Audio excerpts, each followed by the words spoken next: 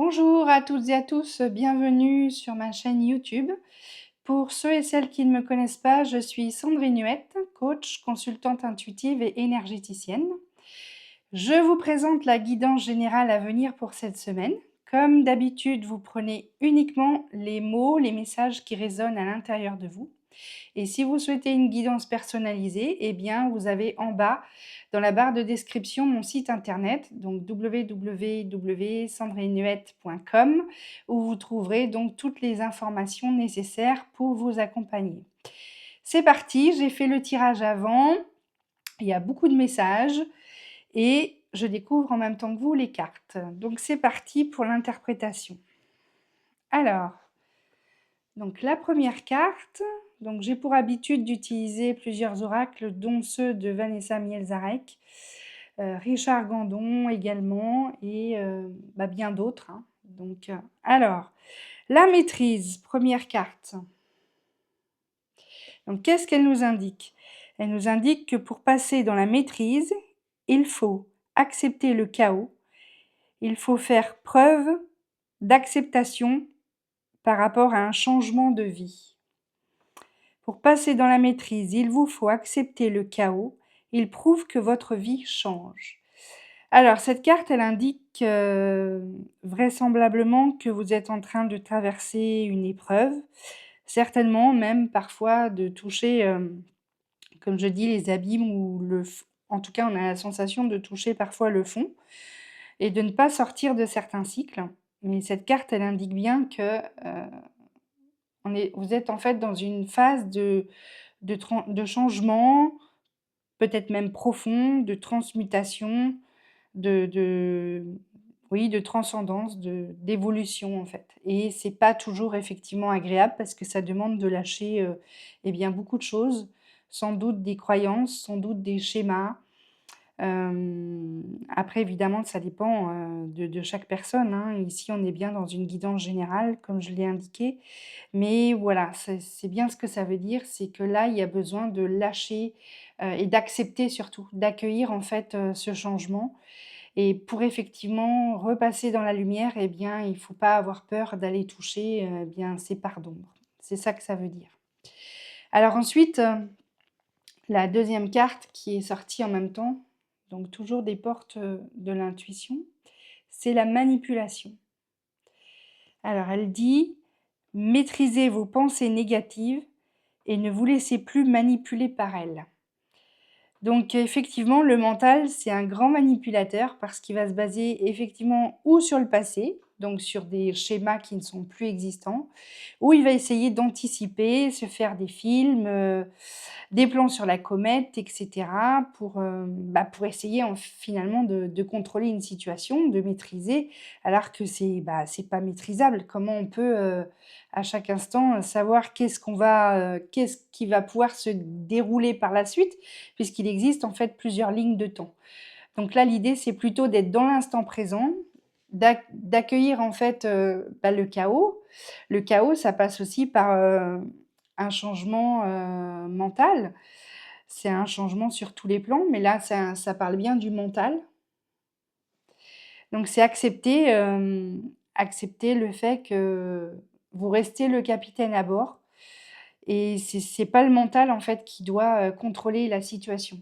Voilà, le mental, on en a besoin un minimum, mais c'est pas lui qui doit diriger en fait notre vie. C'est ça que ça veut dire. Ensuite, ça indique l'intuition. Donc ça, c'est les portes de l'âme. Écoutez votre petite voix et vous serez guidé par les synchronicités de la vie. Donc ça rejoint cette carte, c'est de ne pas écouter votre mental. Votre mental, il n'a pas accès à la vérité. Euh, le mental est un manipulateur. La vraie voix, c'est la voix du cœur et c'est la voix de l'intuition. Voilà, parce que c'est plus fort que nous, ça va être instantanément quelque chose qui va couler de source, qui va être fluide, et donc c'est la voix du cœur. Voilà. Donc effectivement, c'est pas palpable, mais c'est d'ouvrir finalement les portes du cœur et les portes de l'intuition et d'écouter sa petite voix intérieure et surtout pas son mental.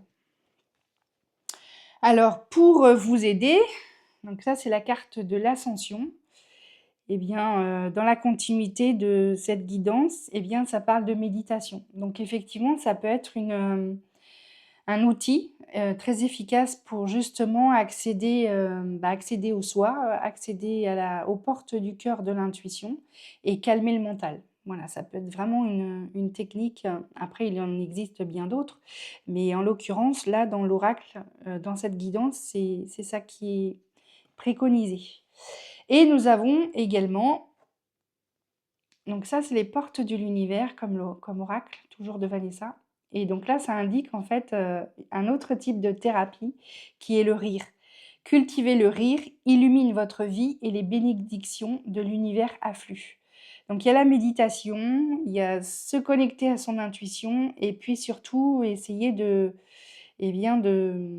peut-être aussi dédramatiser une situation et s'alléger parce que c'est vrai que parfois on traverse des choses difficiles et donc le rire ici est à cultiver et fortement conseillé. Ensuite, nous avons eh bien, j'ai tiré la carte du phénix.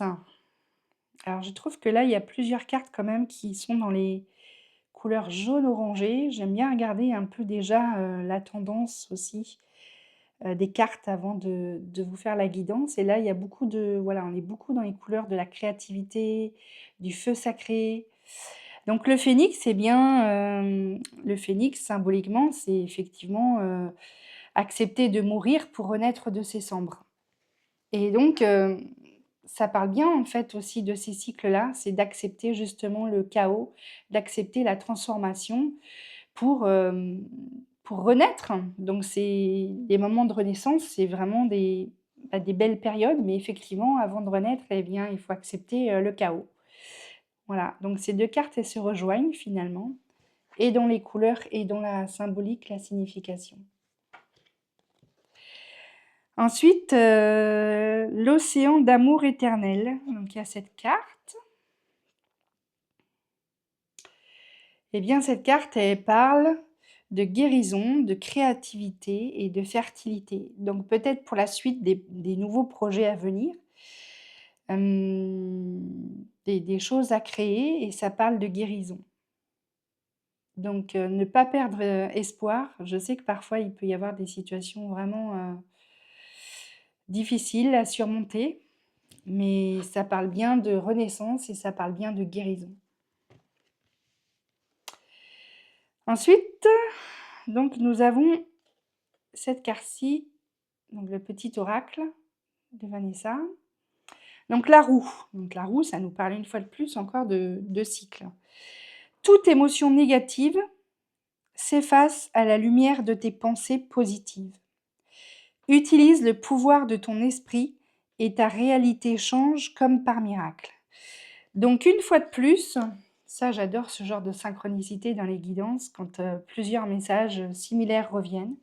Ça dit bien justement de ne pas nourrir le mental, mais au contraire de nourrir des pensées positives pour essayer d'aller de l'avant au maximum. Et plus on va avoir des pensées positives et plus on va changer de réalité. Donc ça, c'est ce que cette carte, elle nous indique. Ensuite, nous avons l'oracle cœur et âme. Et donc cette carte nous indique, ne vous laissez pas influencer par les opinions marquées de quelqu'un. Faites ce qui vous semble être bien pour vous. Si ce que vous entendez ne résonne pas en vous de manière positive, c'est que vous êtes probablement en désaccord avec les propos tenus. Écoutez et respectez le point de vue des autres, mais restez fidèle à votre propre vision des choses et à vos croyances. Vivez librement et exprimez la beauté de vos idées. Et donc, à la suite de cette carte, eh bien, est sorti donc un autre oracle qui est l'oracle cosmique. Eh bien, c'est l'estime de soi.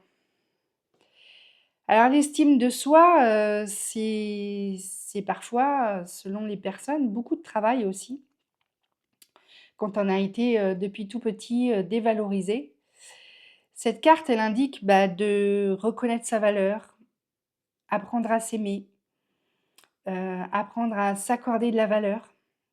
et surtout, ne pas, écouter les autres également. Croire en soi. Elle représente, beaucoup de choses cette carte.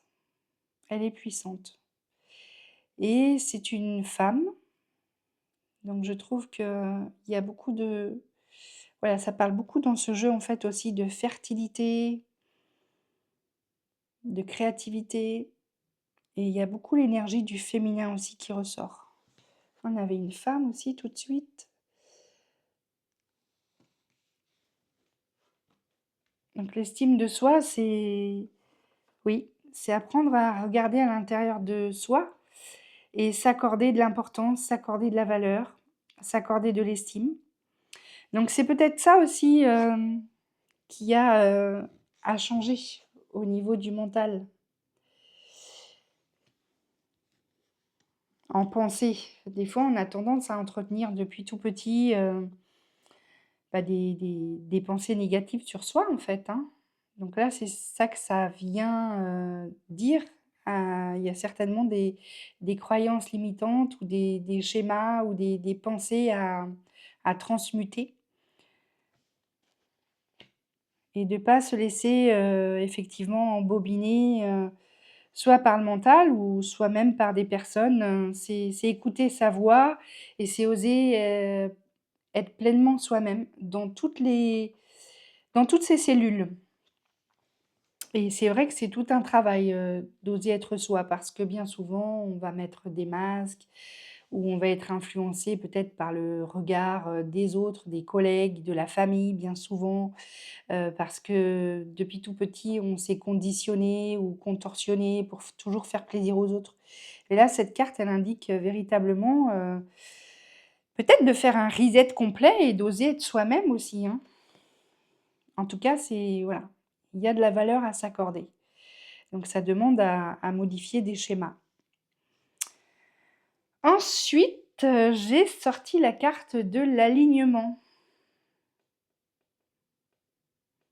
Donc l'alignement, eh bien, c'est être en accord, sur tous les plans de son être, que ce soit au niveau, mental, psychologique, émotionnel, énergétique et donc ça rejoint aussi ses valeurs. Donc c'est croire en ses valeurs et on a le droit d'avoir des valeurs différentes d'autres personnes et fort heureusement d'ailleurs, que tout le monde, sur la planète et dans l'univers ne pense pas de la même manière. Sinon on s'ennuierait très vite. Alors ensuite, j'ai sorti donc les cartes de Richard Gandon. Donc là, c'est la mer. Alors, effectivement, ça peut représenter la mer physique, mais pour moi, ça va au-delà de ça, c'est la mer divine. Alors après, voilà, vous selon vos croyances, vous avez le droit de mettre, la terre Gaïa, vous avez le droit de mettre Marie, vous avez le droit, voilà, de mettre les mots, que vous souhaitez. En tout cas, cette carte, elle représente, la mère divine. Donc c'est peut-être de demander de l'aide, se tourner vers la mère divine. Qu'est-ce que ça indique ensuite? Ensuite, on a la carte de la femme. Voilà, je disais qu'il y avait quand même beaucoup de féminin à ressortir, hein. Donc ça peut être effectivement la femme au sens propre, mais ça peut être la représentation des énergies, du féminin sacré, du féminin, donc ça peut être la femme, mais c'est l'homme aussi a sa partie féminine. Donc c'est peut-être oser affirmer, ou aller guérir, des énergies féminines en lien avec le féminin. Et ça représente aussi, la fertilité, les projets, donc ça rejoint aussi, cette carte qui parle de créativité, donc des projets, parce que c'est quand même la femme qui voilà, qui fait naître, hein, la vie. Et donc en dernier lieu, on a la carte de la révélation. Vous voyez, on a beaucoup de orange et de jaune en fait dans ce jeu. Donc la révélation, eh bien, je pense que c'est la conclusion de ce jeu, c'est-à-dire que une fois qu'on renaît de ses cendres, eh bien, finalement, on se révèle à soi-même et on se révèle au monde. C'est-à-dire que finalement, on découvre une nouvelle réalité, des nouvelles parts de soi. Et enfin, j'ai donc, pour la finale, tirer une autre carte, donc l'oracle des anges. Il est temps de partir. Le soleil se lève et se couche tous les jours. Et il en est de même pour les chemins de la vie. Voyez la beauté de chacun de vos crépuscules et sachez que demain, une nouvelle aube se lèvera. La fin d'une situation n'est que le début d'une autre, et nous sommes à vos côtés pour traverser toutes les phases et les cycles de votre vie. Donc ça indique, eh bien, une fois de plus, c'est ce qui était déjà sorti dans le message de la semaine dernière, que nous ne sommes pas seuls dans l'univers. Il y a des énergies, donc après, eh bien, il faut se tourner vers l'univers, les anges, les archanges, Marie, Dieu, Jésus. Vous mettez les mots que vous voulez selon vos croyances, hein, tout est juste et OK, selon voilà, les croyances de chaque personne. Mais ça dit bien qu'il faut demander. Ça parle aussi également donc des cycles de la vie, d'accord? Et donc on est en perpétuel finalement mort et renaissance. Voilà ce que j'entends de, ce, de cette guidance, hein. Ça aussi, c'est le cycle de la vie, c'est accepter chaque instant de mourir et de renaître. C'est ainsi. On s'incarne, on vient de la terre, on va repartir à la terre. Et donc, à chaque instant, on évolue. Et à chaque instant, eh bien, on meurt et on renaît. Voilà, ça, c'est le cycle de la vie. Et donc, on est venu expérimenter aussi sur la terre, eh bien, plein de choses, plein d'expériences différentes. Donc, certaines expériences sont joyeuses et agréables, d'autres moins. Et si tout était toujours joyeux et bien et facile, eh bien, on n'aurait aucune leçon à apprendre. Or, on est venu sur Terre et la Terre est une des planètes, si ce n'est la planète la plus importante de l'univers, parce que c'est celle, alors importante, je m'entends, celle où on peut venir vraiment s'incarner et expérimenter différentes leçons de vie. Voici mes amis, eh bien je vous souhaite une belle semaine, un beau cycle et je vous dis à la semaine prochaine. À bientôt, bye bye.